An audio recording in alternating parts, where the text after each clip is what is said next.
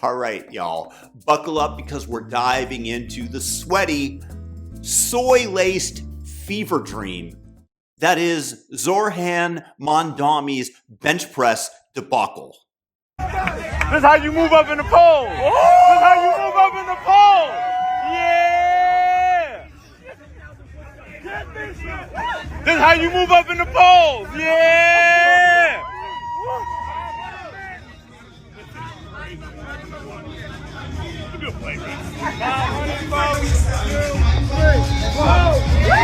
Yeah. Let's go, let's go, let's go, let's go, let's go.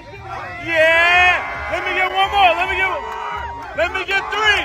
Let me get three. Let me get three. Yeah.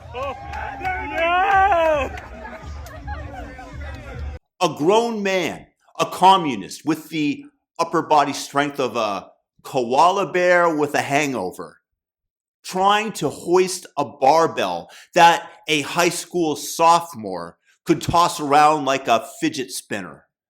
This, amigos, is peak 2025 lefty nonsense, and I'm here to roast it like a marshmallow at a MAGA bonfire. Zorhan Mandami, it sounds like a name you'd find on a vegan yogurt label. He decides he's going to film a viral video lifting what? A measly, and I don't even know, but let's just say it's up to 135 pounds. That's not a bench press. That's a warm-up for a 15-year-old who just discovered protein shakes and motivational TikToks. But no, Zorhan's out here quivering under the bar like it's the weight of his existential dread against capitalism, demanding a spot like it's his constitutional right. Help me, comrade. Equality means you have to lift this for me. This is the left in a nutshell. Low testosterone men and high calorie women. Massive entitlement and, in fairness, PhDs in whining. This guy's not just weak in the gym. He's the poster child for the betification of America. The left loves to lecture us about equity, which is just a fancy word for give me your stuff because I'm lazy. Zorhan's out here probably tweeting about toxic masculinity while sipping oat milk, demanding that real lifters, by that I mean people who've actually pushed against resistance or built businesses or done something they were scared of, or, I don't even know, maybe surviving a Monday without crying. He demands that they carry his load.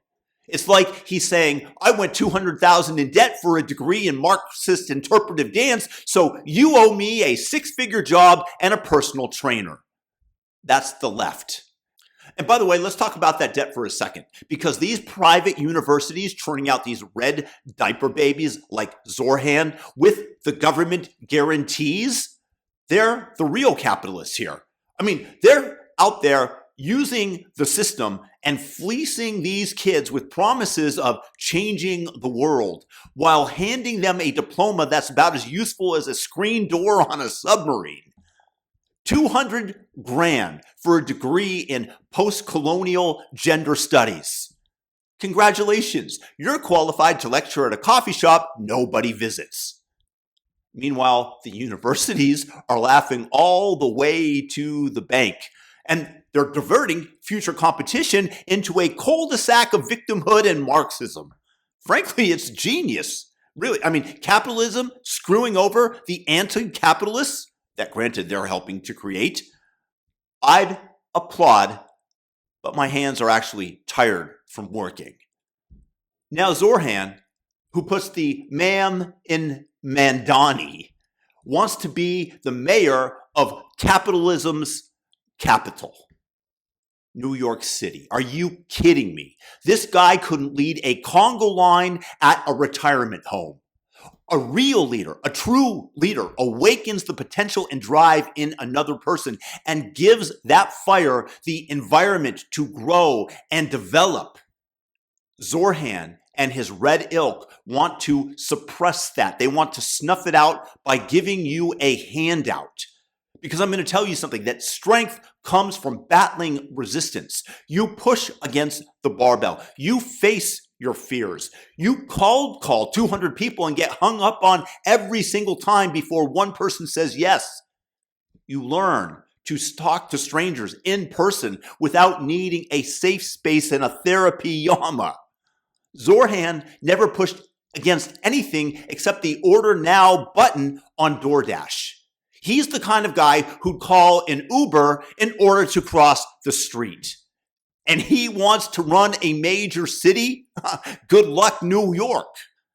Can't even lift 135 pounds. This is the left's whole deal. Devaluing achievement, fetishizing weakness, and turning everyone into a ward of the state. They want you to believe you're owed a good life because you exist, not because you actually did something and earned it. Look at history. Liberalism, socialism, handouts have destroyed what were previously strong communities, and I present to you the Black community in the mid-20th century. They thrived on pride, family, and resilience and hard work. Back then, crime was way lower, and single-parent rates were in the 20%, not in the 70s as they are today. Then the Democrats with Lyndon Johnson swooped in with their welfare bribes, saying, marry the state, not the man. We'll keep shelling out money, you keep voting for us. It's a bribe. And we've all been paying the price ever since. Every community in the U.S. Now Zorhan and his ilk want to double down and turn America into a nation of dependence, chasing the dragon of free. Hey, it worked out great in the Soviet Union, didn't it? Or Zimbabwe, or North Korea, where the national pastime is starving while saluting a dictator's haircut. The Soviet Union, where the price is free and that's what it's worth. Zorhan, he's not a wolf in sheep's clothing. He's a sheep in wool's clothing, except he's going to devour us as a wolf does, bleeding for handouts for everyone while pretending that it's justice. He's the embodiment of the spoiled kid who never grew up, demanding the world bend to his own fragility.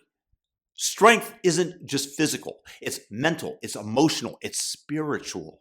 It's building something from nothing, facing failure time and time again, and getting back up. It's not how many times you get beaten down, it's how many times you rise to the occasion and stand up again. Zorhan doesn't get that. He's too busy filming his sad little bench press video, hoping for viral clout, while the rest of us are out here actually lifting the weights of life.